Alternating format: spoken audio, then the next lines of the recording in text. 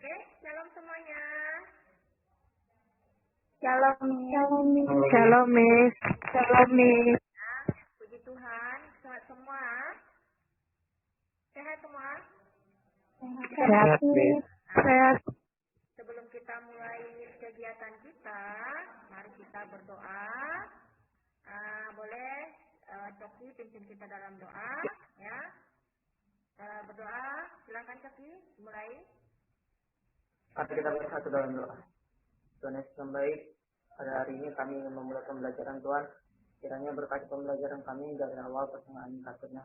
Berkati juga Tuhan, guru kami yang mengajar Tuhan, supaya kami dapat paham apa yang diajari oleh guru kami. Terima kasih Tuhan yang baik. Amin. Amin. Nah, Tuhan ya. Nah, ini ada 10 orang ya, ada 4 orang lagi yang nggak hadir. Itu si Christian ya, Christian kalau nggak salah dia katanya vaksin ya. Ada Aris ya, siapa lagi Aris sama si Rija ya. Nah, yang 2 orang itu nggak tahu mis kemana ya. Mudah-mudahan nanti ada kesempatan lain bisa bergabung sama kita ya. Oke. Nah, sekarang kita mulai pembelajaran kita. Harap kalian tetap semangat ya. Ya, mengikuti pembelajaran ini dari awal sampai akhir. Nanti ada satu kuis yang Miss kasih. Mudah-mudahan bisa menjawabnya ya. Oke. Kita belajar tentang materi kita, yaitu lihat bukunya. Semua sudah lihat bukunya? Buka bukunya ya. Bukunya halaman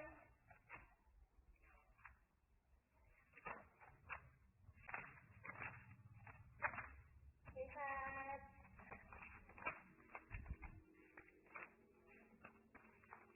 ya, halaman 40 ya. Semua lihat bukunya halaman 40. Perubahan ya, pengaruh perubahan sumber daya halaman 40, coba lihat. Ya.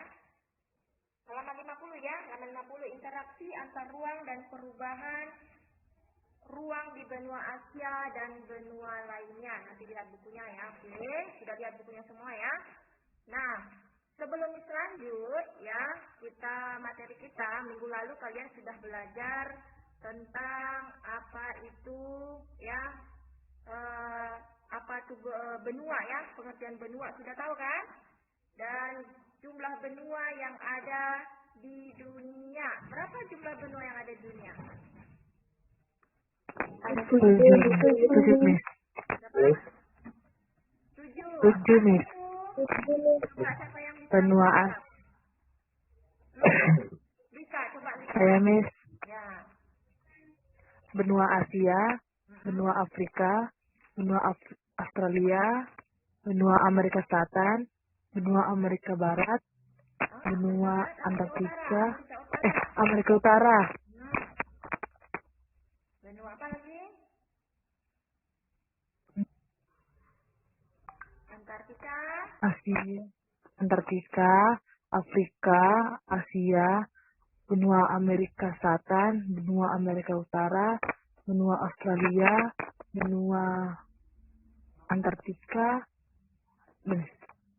Ya, benua Eropa, yaitu benua Asia, benua Afrika, Amerika Utara, Amerika Selatan, benua Antartika, benua Eropa, dan benua Australia. Itulah 7 benua yang ada di dunia ya. Nah, benua apa kemarin yang paling besar, yang paling luas? benua Asia. Benua Asia. Yang paling sempit atau paling kecil? Australia. Benua Australia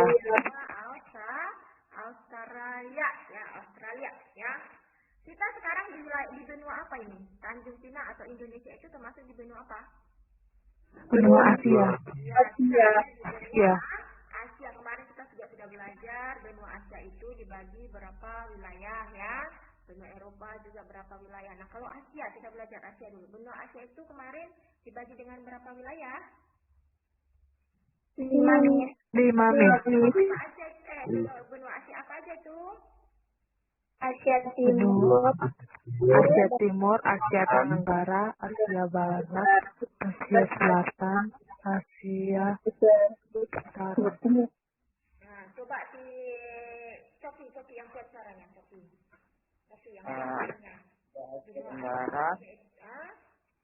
Asia Timur, Hmm. Asia Barat, Hmm. Asia Ayo.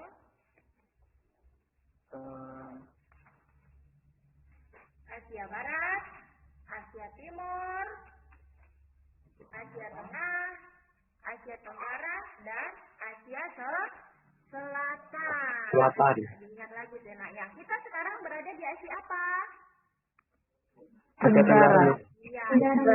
Sekarang ada yang Indonesia itu ada di Asia Tenggara.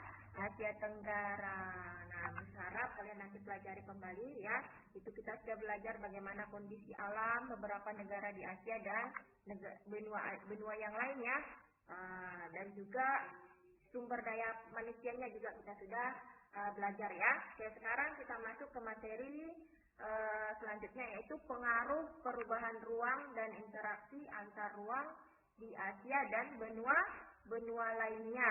Nah, tujuan pembelajaran kita hari ini yaitu kalian setelah mempelajari ini kalian dapat mengklasifikasikan pengaruh perubahan dan interaksi antar ruang ya, antar negara terhadap kehidupan ekonomi, sosial, budaya, politik, dan pendidikan dengan benar. Yang kalian bisa mengklasifikasikan pengaruh perubahan dan interaksi ruang antar negara terhadap kehidupan ekonomi, sosial, budaya, politik, dan pendidikan dengan benar. Nah, setelah mempelajari nah, selain ini, materi kita ini juga sebelum kita lanjut ke materi ini lebih dalam, kalian harus tahu dulu apa itu ruang ya. Ini sudah belajar di kelas 7.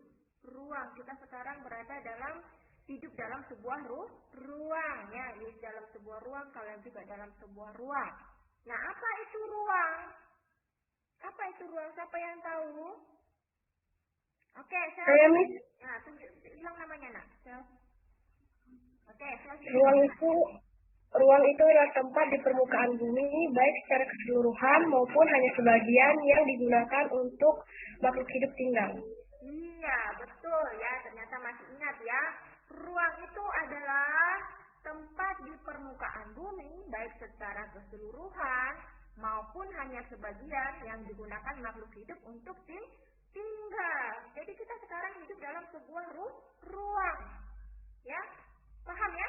Paham ya ruang ya? Ini sudah belajar di kelas 7 juga ya. Oke, sekarang selain ruang kita harus tahu itu apa itu interaksi. Kita sekarang lagi berinteraksi nggak? Iya nggak? Karen, kita lagi berinteraksi. Iya, kita sekarang lagi berinteraksi. Nah, apa itu sebenarnya interaksi? Siapa yang bisa? ini. Oke, Sofi silakan.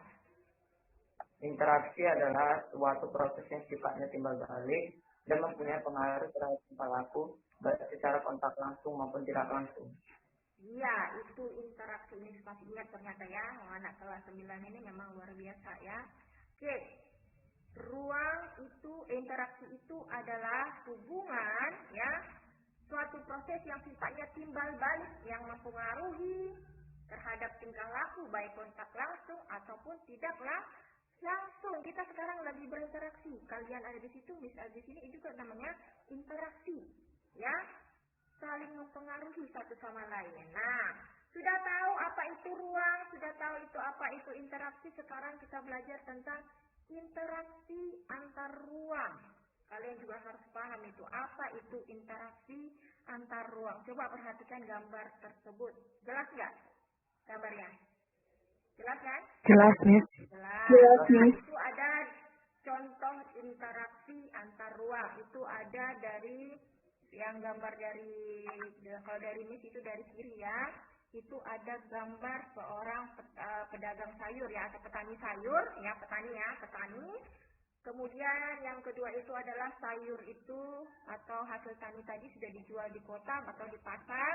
Itu di slide ketiga di gambar paling kanan itu adalah gambar transportasi atau Pertamina ya, kalau sudah tahu ya.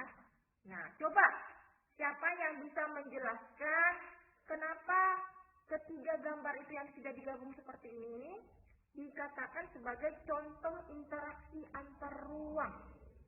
Kenapa dikatakan sebagai contoh interaksi antar ruang? Sebelum kita tahu pengertiannya, coba lihat dulu dari gambar ini. Nanti kita bisa simpulkan apa itu interaksi antar ruang. Siapa yang bisa kasih penjelasan? Kenapa dikatakan ini contoh interaksi antar ruang? Siapa yang bisa? Oke, siapa yang bisa ya? Siapa? Sebut namanya, nak. Tasya. Oke, Tasya. Silakan, Tasya. Contohnya Pak, seperti pada gambar 1 dan 2, daerah A memproduksi sayuran dan kemudian sayuran-sayuran tersebut diperlukan di daerah B sehingga sayuran tersebut dikirim ke daerah B yang memerlukan. Dan juga pada gambar ketiga seperti daerah A menghasilkan minyak untuk dikirimkan ke daerah B yang membutuhkannya. Ya, kata sini saya tetap ya. Daerah A misalnya itu adalah daerah petani sayur ya. Itu daerah A mengirimkan hasil panennya itu ke daerah B, misalnya daerah kota itu ya. Kemudian dijual di sana dengan menggunakan alat transportasi. Nah, menurut kalian betul nggak? Iya, itu adalah betul ya. Ada perpindahan ya. Perpindahan atau interaksi antara desa dengan kota yang salah satunya dengan cara seperti ini, sayur dikirim ke daerah lain, dari daerah A dikirim ke daerah B menggunakan transportasi. Itu adalah dikatakan interaksi antar ruang. Nah, apa sebenarnya interaksi antar ruang? Siapa yang bisa mengambil kesimpulan dari contoh tadi atau penjelasan dari si Tasya itu bahwa itu tadi contoh apa dikatakan interaksi ruang? Apa sebenarnya pengertian dari interaksi antar ruang? Siapa yang bisa ngasih kesimpulan apa itu pengertian interaksi antar ruang? Andre. Oke, Andre, apa Andre? Jadi interaksi antar ruang di sini adalah cara untuk mengelola ruang-ruang berdasarkan permasalahan, potensi, dan juga keterkaitan ruang tersebut terhadap ruang-ruang lainnya. Oke, good ya. Betul ya, interaksi antar ruang itu suatu cara mengelola ruang-ruang berdasarkan potensi juga permasalahannya dan keterkaitan suatu ruang dengan ruang-ruang di sekitarnya. Nah, interaksi ruang itu dapat berupa pergerakan orang, barang atau informasi dari daerah asal menuju daerah tujuan atau dari satu daerah ke daerah yang lain. Seperti contoh tadi ya, dari penghasil sayur ya dikirim ke kota kan mungkin nggak ada sayur kan, nah dikirim ke situ menggunakan transportasi.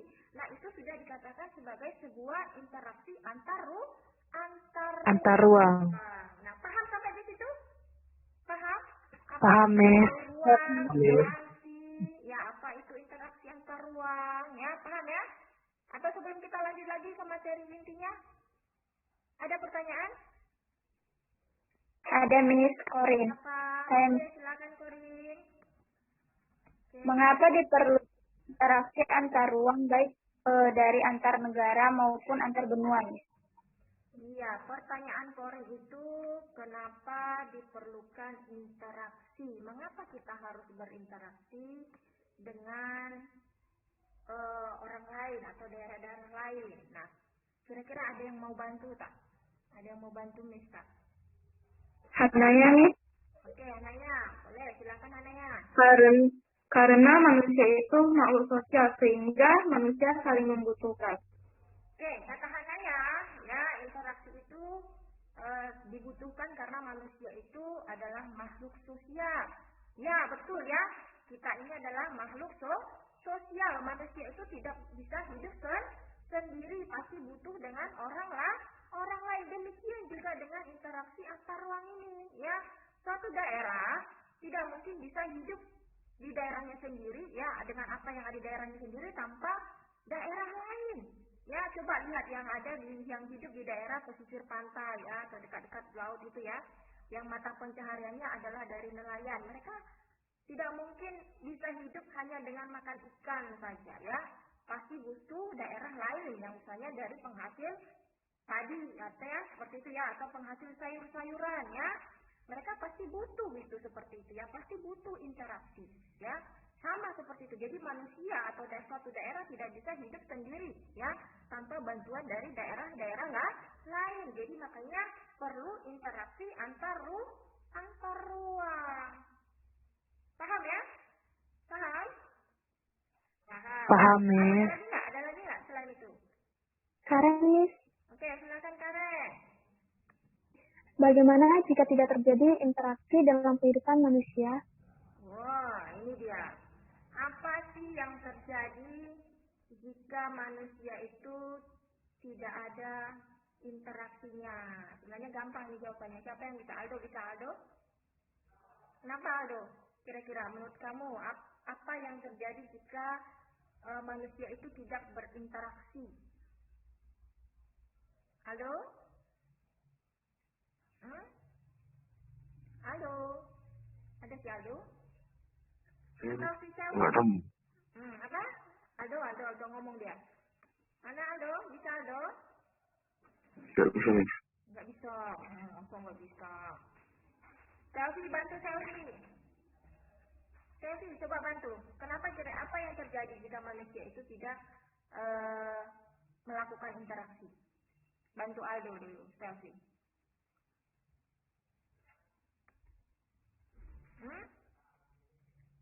Nggak bisa, Miss. Saya, Miss. Oke, Dika. Dika, Miss. Karena mereka akan kesusahan, Miss, dalam memenuhi kebutuhan mereka. Iya, karena kalau tidak terjadi interaksi, manusia itu akan kesusahan. Aldo tadi sudah bilangkan kalau manusia itu adalah makhluk sosial. Kalau manusia itu tidak melakukan interaksi, pasti dia akan kesusahan. Pasti akan susah ya melakukan aktivitas hidupnya ya. Coba kamu hanya di daerah kamu itu hanya ada sayur. Kamu sanggup nggak hanya makan sayur terus tiap hari? Nggak sanggup kan?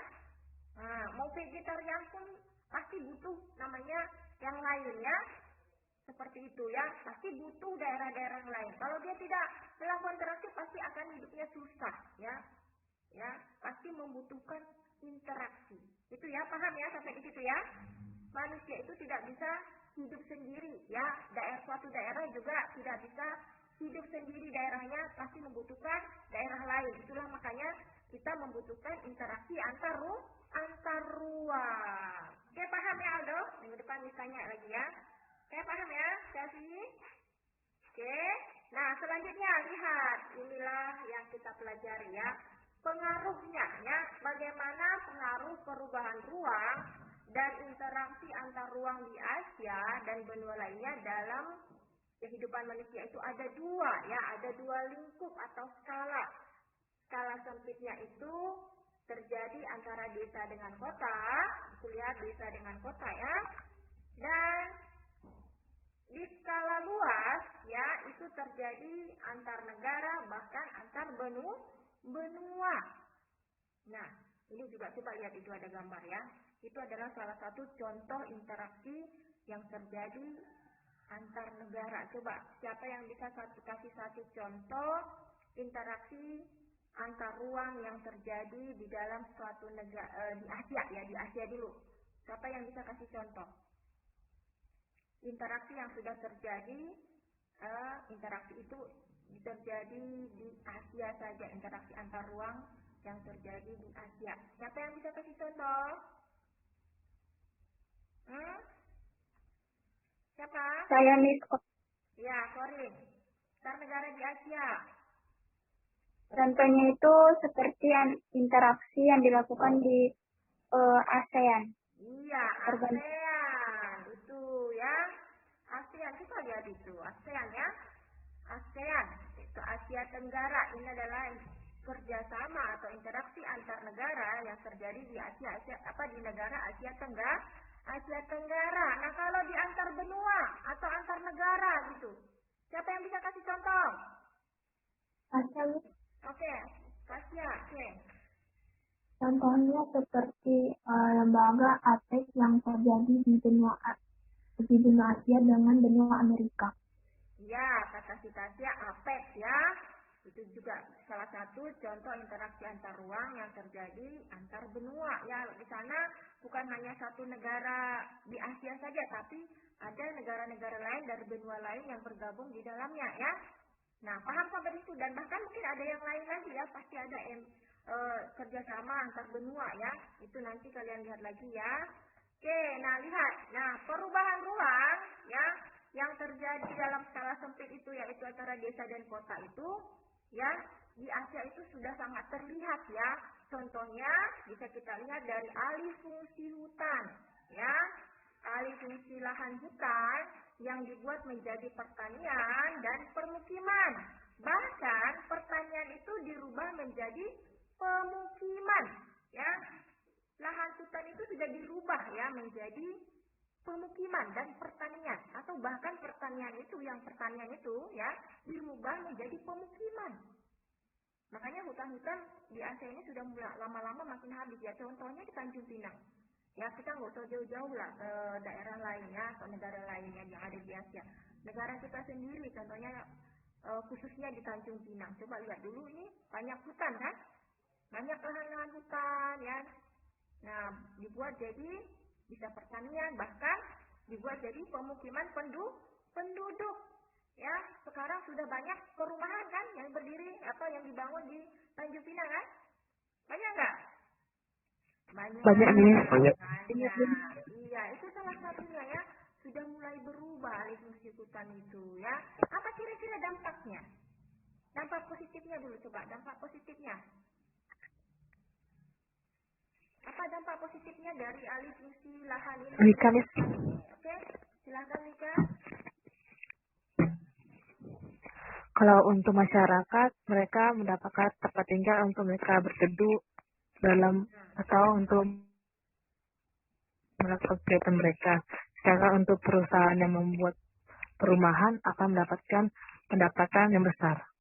Ya, kasih Wika. Nah, lahan-lahan dengan adanya perubahan fungsi hutan itu menjadi pemukiman, artinya masyarakat di Indonesia sudah bisa mendapatkan perumahan yang layak, misalnya seperti itu ya. Terus ekonomi juga makin lama makin meningkat, misalnya salah satunya dari pengembang perumahan itu yang bisa merekrut tenaga kerja, ya seperti itu. Atau yang lain mungkin perumahan-perumahan baru itu pasti kadang-kadang memunculkan bisnis-bisnis baru, seperti warung ya, bisa menumbuhkan ekonomi masyarakat. Nah, itu ya salah satu dampak positifnya. Kalau dampak negatifnya apa? Kalau semakin banyak hutan dijadikan pertanian atau jadi dibuat perumahan, apa dampak negatifnya?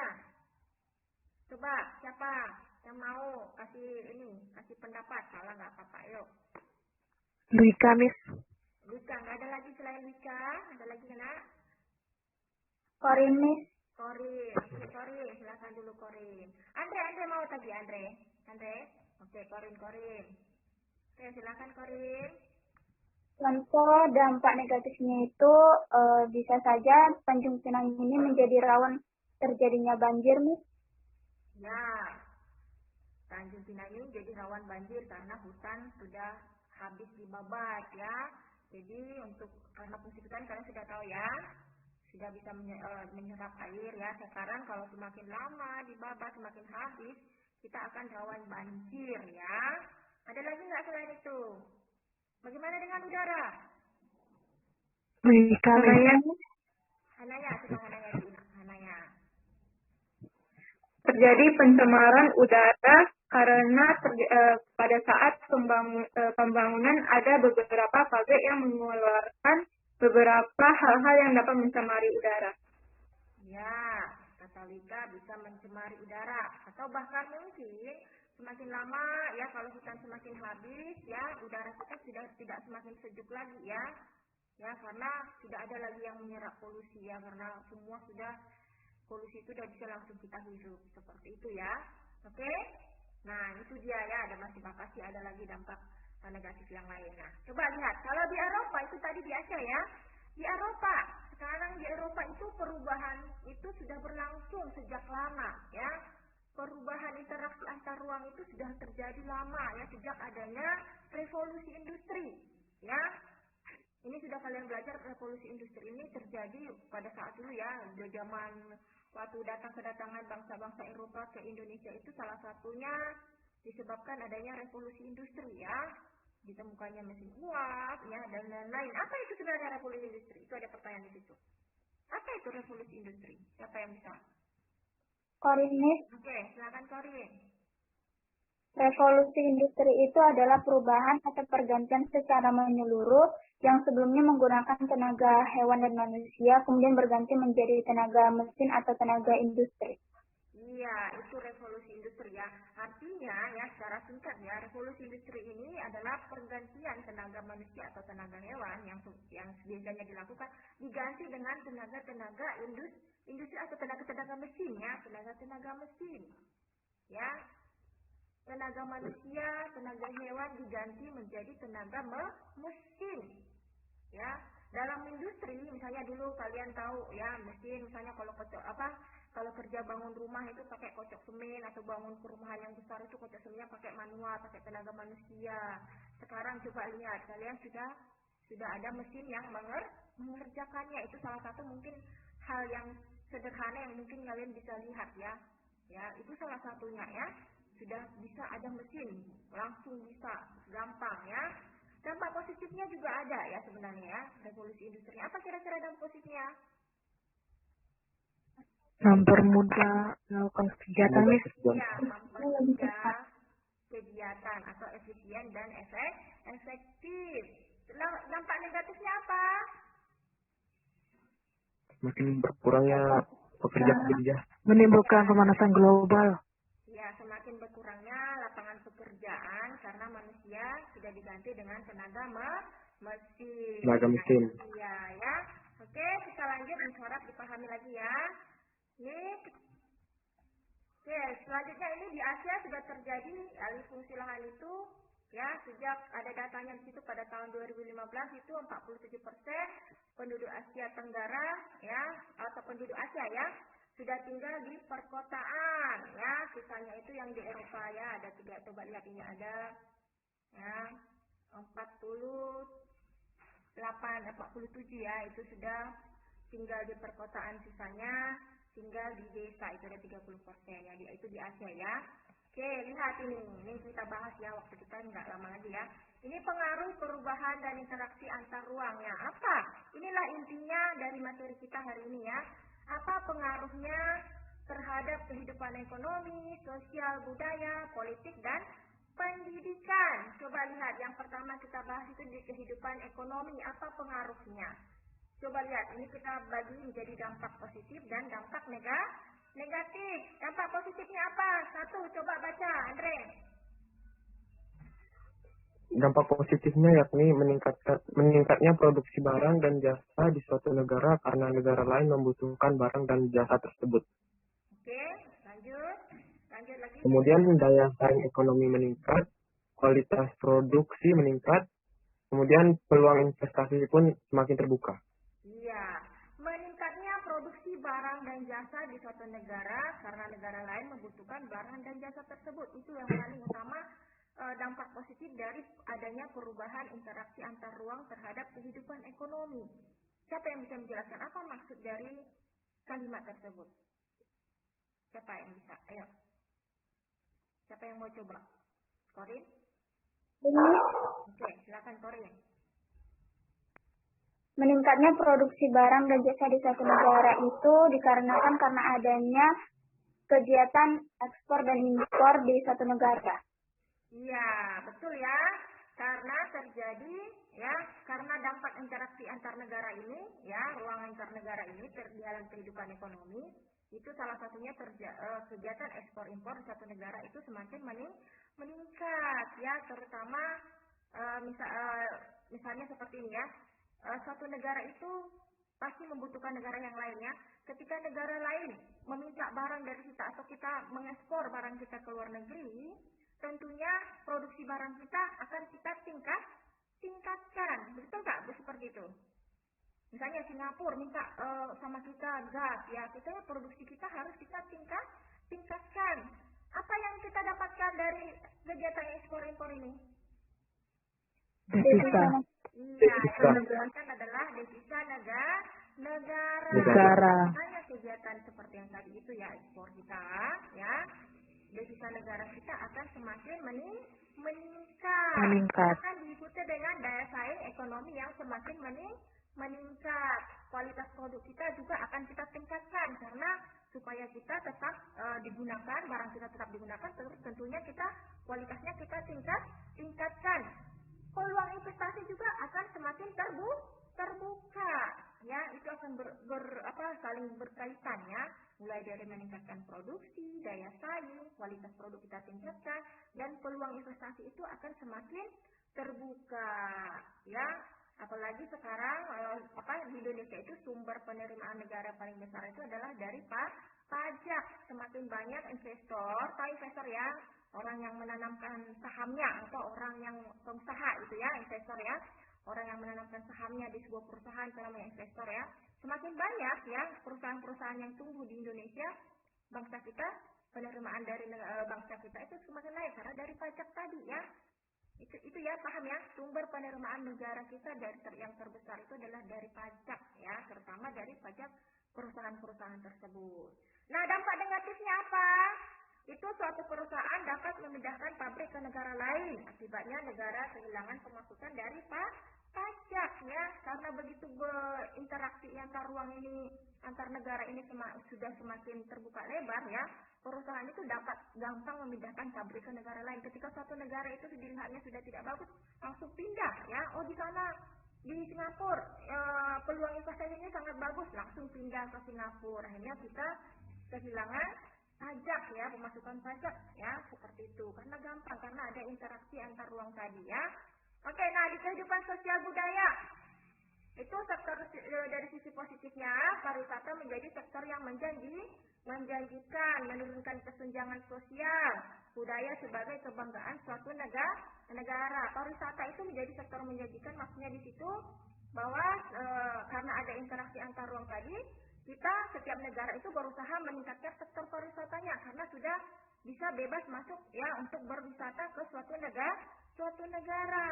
Seperti itu. Ini mungkin terjadi saat sebelum corona ya. Kalau corona sekarang ya susah ya kalau kita mau berwisata ya. Dari negatifnya, coba baca Hanaya.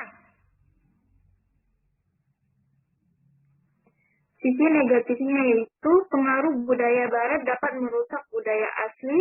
Bertambahnya penduduk di perkotaan berakibat pada kepadatan penduduk sehingga menimbulkan pemukiman kumuh di perkotaan. Nah, itu dia, pengaruh budaya barat itu dapat merusak budaya asli. Siapa yang bisa memberikan satu contoh pengaruh budaya barat yang merusak budaya Indonesia? Lika, Miss. Oke, silakan Lika. Pakaian adat yang menjadi kebanggaan Indonesia seperti batik mulai ditinggalkan dengan menggunakan pakaian-pakaian yang digunakan di luar negeri seperti kemeja atau celana jeans. Oke, kata si Lika, coba karena kita lebih condong, lebih suka menggunakan pakaian-pakaian ala luar seperti itu, tidak senang lagi misalnya menggunakan pakaian-pakaian adat ya. Coba lihat ini. Nah, ini siapa ini? Nah, ini yang sekarang lagi tren di Indonesia ya.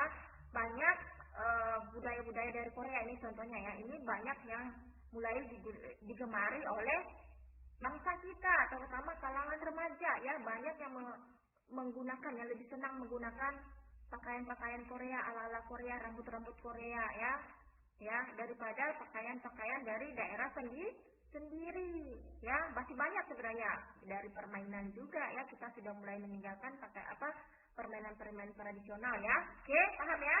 Nah, waktu kita kena sedikit lagi ya. Oke, nah ini perlu di kehidupan ekonomi ya, bertumbuhnya jumlah dan jenis sekolah untuk menuju pekerja terampil, angka melek huruf meningkat ya, khususnya negara berkembang, teknologi merambah ke penjuru dunia ya. Bahkan sisi negatifnya itu lihat, pendidikan yang baik cenderung makin mahal sehingga belum tentu semua orang mendapatkannya. Nah, sisi positifnya ini ya, ini kasih kesimpulan bahwa semakin adanya interaksi antar ruang ya, sekolah-sekolah yang ingin yang menunjukkan bahwa ini kita butuh pekerja terampil itu semakin banyak ya, semakin banyak tumbuh di Indonesia ya, atau di suatu negara karena adanya tadi ya, karena ada interaksi tadi ya. Angka melek huruf ya, masyarakat sudah mulai tidak ada lagi yang buta huruf, sudah semakin pintar ya, terutama di negara-negara berkembang ya. Teknologi juga sudah semakin, karena interaksi tadi ya, teknologi sudah cepat ya, langsung merambah ke penjuru dunia. Oke, nah satu kuis ini nanti dijawab langsung di WA Miss ya, cukup kuis ya. Didengarkan baik-baik ya. Kuisnya adalah sebutkan satu dampak positif akibat pengaruh interaksi ruang di bidang pendidikan, khususnya interaksi antar negara yang terjadi di Asia Tenggara. Apa dampak positifnya? Nanti langsung dikirim ke WA Miss, habis Miss tutup WA ini apa pembelajaran kita ini ya. Sebutkan satu contoh interaksi ya, pengaruh interaksi antar negara yang terjadi di kehidupan di bidang pendidikan ya, Oke, paham ya? Oke, selanjutnya ini nanti di bidang politik ya, politik semakin baik ya dalam satu negara karena diiringi dengan pendidikan tadi ya. Oke, nah ini ada aktivitasnya. Nah, seperti itu ya, nanti kita lanjut lagi di WA group ya. Nah, kalian sudah paham nggak materi hari ini? Paham kan? Paham nggak? Ada yang mau bertanya? Oke, paham ya? Paham, Miss. Oke, paham. Nah, sebelum kita tutup ya. Nah, kesimpulannya adalah apa kira-kira kesimpulannya? Siapa yang bisa kesimpulan dari materi kita hari ini? Coba Ananya, apa? Oke, Ananya.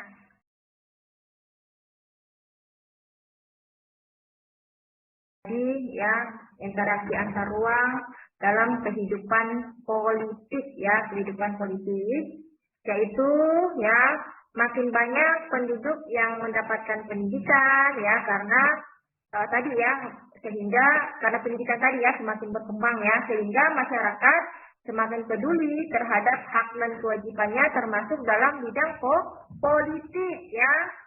Karena semakin tinggi pendidikan, orang pun akan semakin peduli ya terhadap politik ya. Kalau mau jadi pejabat negara ya, atau pejabat daerah, baik itu mau jadi anggota dewan ya, gubernur, itu harus tahu ilmu politik ya. Seperti itu. Ini juga salah satu pengaruh akibat dari pengaruh perubahan ruang interaksi antar ruang dalam bidang kehidupan politik ya. Orang semakin peduli dengan bidang politik ya. Tingkat kepercayaan antar negara juga semakin membaik ya. Ya, politik ini sebenarnya susah-susah ya, susah gampang ya. Banyak juga sekarang perempuan ya, tidak hanya laki-laki yang terjun ke dunia politik ya.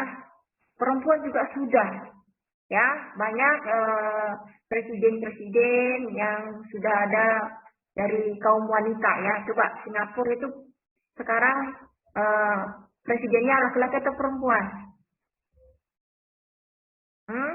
Singapura, kita dekatkan sama Singapura cuma 2 jam dari sini ya, kalau naik kapal. Singapura itu presidennya sekarang adalah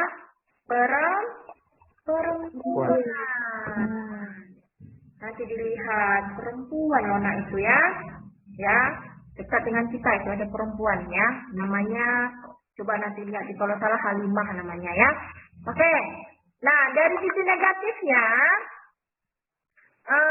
pengaruh perubahan interaksi antar ruang dalam kehidupan politik itu, yaitu suatu negara itu dapat mencampuri urusan negara lain, terutama apabila negara tersebut memberikan pinjaman maupun bantuan teknologi ke negara lain ya.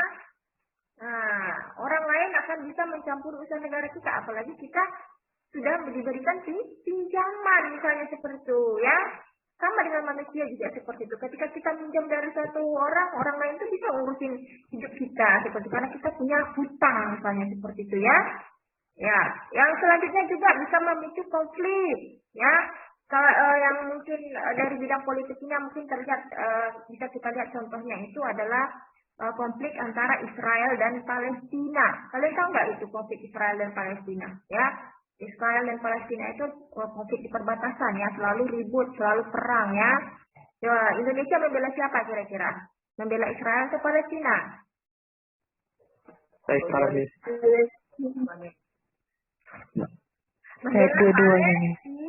Membela Palestina, makanya ada Save Palestine ya. Di Indonesia itu banyak demo-demo untuk Save Palestina ya. Akibatnya Indonesia itu tidak menjalin hubungan diplomatik dengan Israel ya, tidak menjalin hubungan dengan Israel karena Indonesia membela Palestina. Itu salah satu pengaruh perubahan interaksi ruang dalam kehidupan politik. Orang bisa campur urusan orang negara lain gitu. Termasuk Indonesia kan ikut membela Palestina dengan tidak menjalin hubungan diplomatik dengan Israel. Kalian lihat kan demo-demo di Indonesia kan Save Palestine gitu ya. Nah, itu salah satu yang diberikan oleh Indonesia, kerjasama yang dukungan Indonesia terhadap Palestina ya, membantu sekaligus juga Indonesia tidak mau menjalin hubungan dengan Israel. Seperti itu ya, paham ya? Ini salah satu pengaruh perubahan interaksi ruang antar negara dalam bidang kehidupan politik. Ya, orang bisa mencampuri, negara lain bisa mencampuri urusan negara satu atau negara yang lainnya. Ya, seperti itu ya, paham ya? Jangan sampai salah ya. Nah, ini ada aktivitas. Nah, sebelum kita kasih aktivitas ini nanti dikerjakan di rumah. Nanti kalau sudah selesai dikirim sama Miss ya. Seperti biasa. Nah, sebelum kita tutup, Miss mau kasih kesimpulan atau siapa kita kasih kesimpulan ini, apa kira-kira materi yang kita sampaikan, yang disampaikan ini, apa kesimpulannya, apa yang kalian bisa dapatkan? Hanaya nih. Oke, silakan Hanaya. Bahwa terjadinya interaksi antara ruang itu sangat penting. Nah, kata Hanaya bahwa interaksi antar ruang itu sangat penting, ya. Interaksi antar ruang atau antar negara itu sangat penting. Ada lagi nggak pendapat yang lain selain punya Hanaya? Logika. Oke, silakan Rika. Bahwa interaksi antar ruang antar negara itu memiliki dampak masing-masing, terutama terhadap kehidupan politik, kehidupan pendidikan, sosial, dan budaya, dan juga ekonomi. Nah, kata Sulika bahwa pengaruh perubahan interaksi antar ruang atau ruang antar negara tersebut ya terjadi dalam bidang kehidupan politik, ekonomi, sosial, budaya, pendidikan. Ya, ada lagi nggak pendapat lain? Ya, betul yang teman-teman kalian katakan seperti Hanaya. Dengan mempelajari materi ini, kita bisa tahu bahwa interaksi ruang antar negara itu sangat penting ya untuk kita lakukan atau untuk suatu negara melakukannya ya, karena tadi banyak sisi positif, banyak sisi positifnya selain ada negatifnya juga ya. Penting kita lakukan, apalagi suatu negara juga tidak akan bisa hidup tanpa bantuan negara lain. Pastinya butuh namanya interaksi antar negara. Coba dalam kehidupan kita sekarang masa pandemi ini, apakah bangsa Indonesia bisa menyelesaikan sendiri masalah COVID-nya? Ya, bisa nggak kira-kira? Bisa mengatasi sendiri? Tidak, pasti butuh negara lain. Contohnya bidang apa kira-kira Indonesia itu menjalin interaksi dalam menyelesaikan masalah COVID-19 ini? Dalam masalah apa? Ya, dalam masalah vaksin. Indonesia itu belum mampu ya untuk mencukupi 100% vaksin untuk rakyatnya. Butuh interaksi dengan negara lain, itu butuh bantuan negara lain. Ya, kayak Sinovac. Kalian kan Sinovac kemarin kan? Itu dari Indonesia atau dari luar itu? Dari luar. Ya, kebanyakan memang vaksin kita itu masih banyak dari negara lain. Ya, itu salah satu ya. Kita pasti butuh interaksi ruang dengan negara lain. Ya. Jadi nggak bisa suatu negara itu hidup sendiri. Pasti butuh namanya interaksi. Ya, bahkan suatu daerah, bahkan kita manusia ya. Pasti butuh orang lain. Nah, itu yang perlu kita pahami di sini ya. Baik dari sisi ekonominya ya, politiknya, pendidikan ya, terutama tadi bidang pendidikan ya, itu sangat penting ya. Nah, suatu saat kalian bisa sekolah di luar ya, itu juga salah satu pengaruh perubahan interaksi ruang ini dalam bidang kehidupan pendidikan. Oke, paham sampai di situ ya? Oke, paham? Atau ada pertanyaan lagi sebelum ditutup? Tidak ada nih. Paham semua? Paham? Pak. Paham. Ya, paham. Oke, Terima kasih ya, mudah-mudahan paham, belajar lagi di rumah, dibaca bukunya. Materi kita sudah selesai minggu depan ya. Kita ulangan harian ya, pelajari lagi bukunya ya. Baca-baca ya, IPS ini harus banyak membaca ya. Nggak bisa nggak membaca ya, pahami ya. Nanti kalau udah habis ulangan harian, nanti kemungkinan kita 2 minggunya lagi itu sudah UTS ya, ulangan tengah semester. Jadi siapkan dirinya ya. Oke? Oke, paham? Oke, sebelum ditutup, tetap semangat ya, jaga kesehatannya ya. Untuk menutupnya, kalian berdoa aja dalam hati sendiri masing-masingnya. Berdoa dimulai.